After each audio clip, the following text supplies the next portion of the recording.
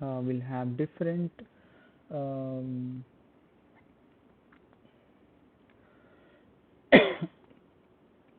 and now each class will have different neural net. Sorry, each class is a categorical variable, and hence one hot encoding needs to be performed. Now let's take this class, which is a class which is used to help CFER dataset. So what we are doing is when we are initializing the CFER helper class, we are creating all the batches here, and then we are creating a test batch, and then all the images are none and labels are none. Currently, this is initializing the the class, and then we are setting up the images. When we call this function, what it does it creates an array of images by reshaping them and then appending it to this training images, which are currently none, and then the labels are also performed the same way, but one hot encoding is function on them, because as you know, labels are always in categorical values, which to be trained and performed we need to have this. And now as we proceed further, we call the CFER helper, and then we'll set up the images. So we are set up with the training and test images and labels, and then now we are building supporting functions, and now I'm just initializing the weights. This is a function to initialize the weights in the filter, and then I'm creating a function to initialize the bias, and then I'm setting up the convolution layer and performing convolution computation. First, now if I go back to this, so I have a filter here. This is the filter convolution 1 5 plus 5 filter kernel. So that is the filter which will be passing through the image, and then we are creating this output, which is 32 by 32 by 5. So what we are doing here, we are setting up the convolution layer, and then we are performing the dot product, which is nothing but the operation here to get this. And now we set up the ReLU layer. ReLU layer is the activation function, because every neuron should have an activation function. And then we will do this computation to set up the activation function, and then we will put the pooling layer to reduce the spatial size. As I said, to stop the neural network from exploding in terms of size, we use pooling layer, and pooling layer can be anything, but here we are using max pooling. That means we'll take a stride the kernel size, and based on the kernel size, the max of that values which lie on that kernel will be considered, and only the max value is sent, hence it reduces the size by half. And now we will then set up the fully connected layer and the computation. So the fully connected layer are put at the end, which are connected to the output layer. So the output layer is also another fully connected layer. So we put an fully connected layer between the last max pooled layer and the output. Now we have defined helper functions. Now we create the placeholders for the input and the output dataset, and then we don't need to reshape it because it's already in a reshape format. In the MNIST, actually they are put in a 1 by 782 array, so we need to reshape into 28 by 28 image, but in this case the image is already 32 by 32 by 3. And now I need to tell you one thing, that this is color image, so that's why we have 3 channels, which is not the case for MNIST, and we will be discussing regarding the results on this convolution layer. Now I create a first convolution layer, which is here, and I get this output, and then I create a first pooling layer and I get this output, and then I create the second convolution layer, I get this output, and then I create the second pooling layer and I get this output. And now I create the flatten layer so that I can connect to a fully connected layer. So the first fully connected layer is put, and then a dropout is put, because there can be an outfitting or any other errors due to So we randomly drop few outputs so that we don't face those issues.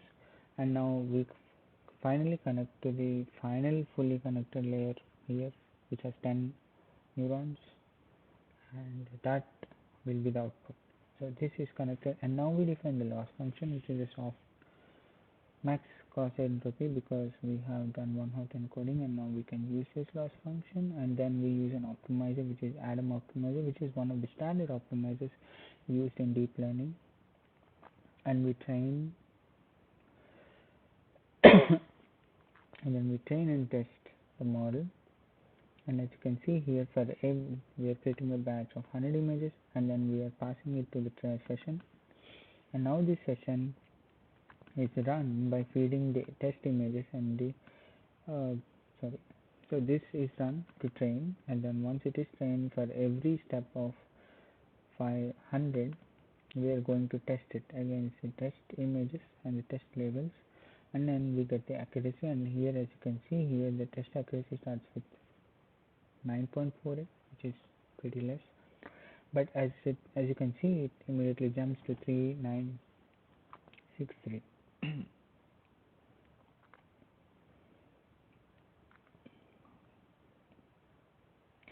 Now again, now there's a rapid increase at early stages of training, suggesting that the model is learning and it is adjusting its weights effectively in response to the training data.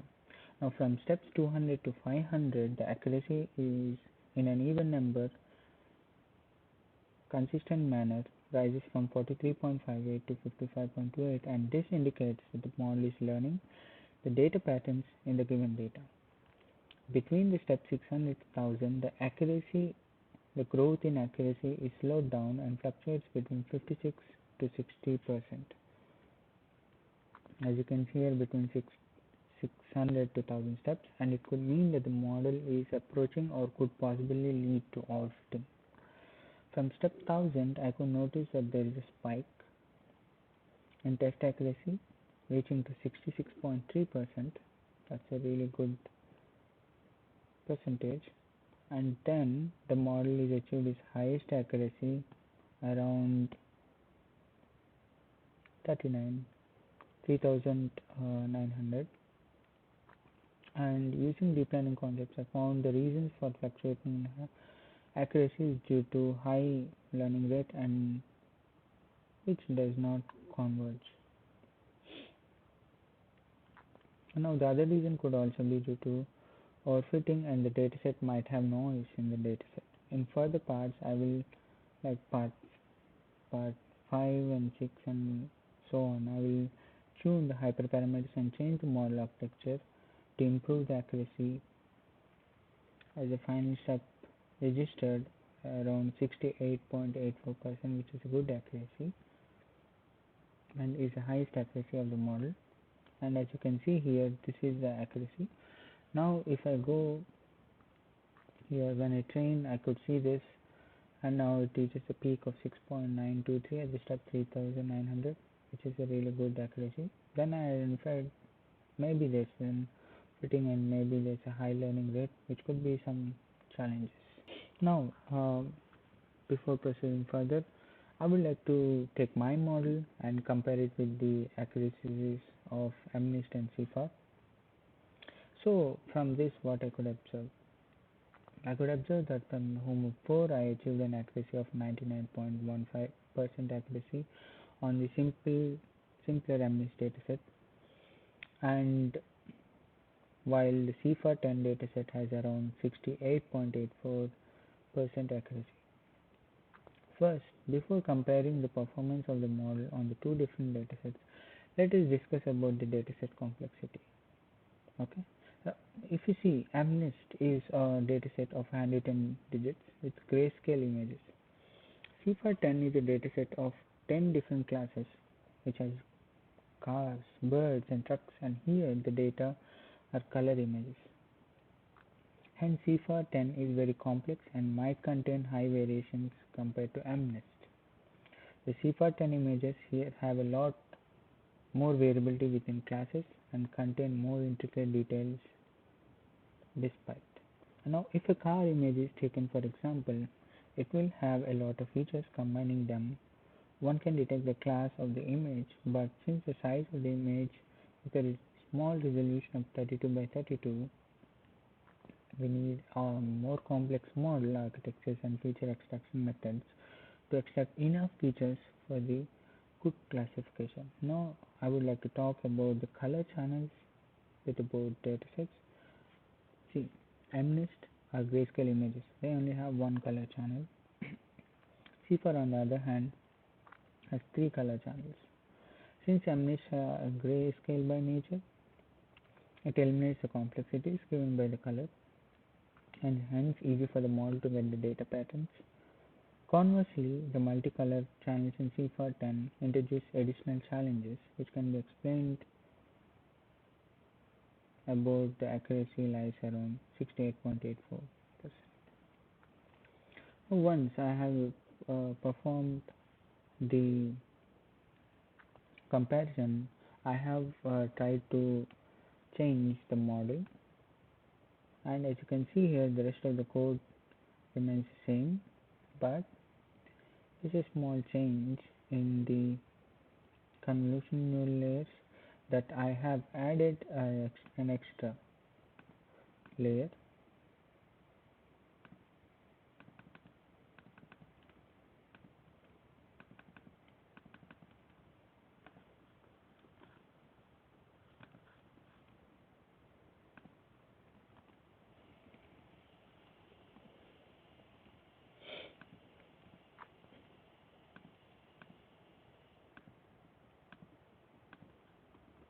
So I have added an extra third layer, and I have added a pooling layer next to it, and also I have reshaped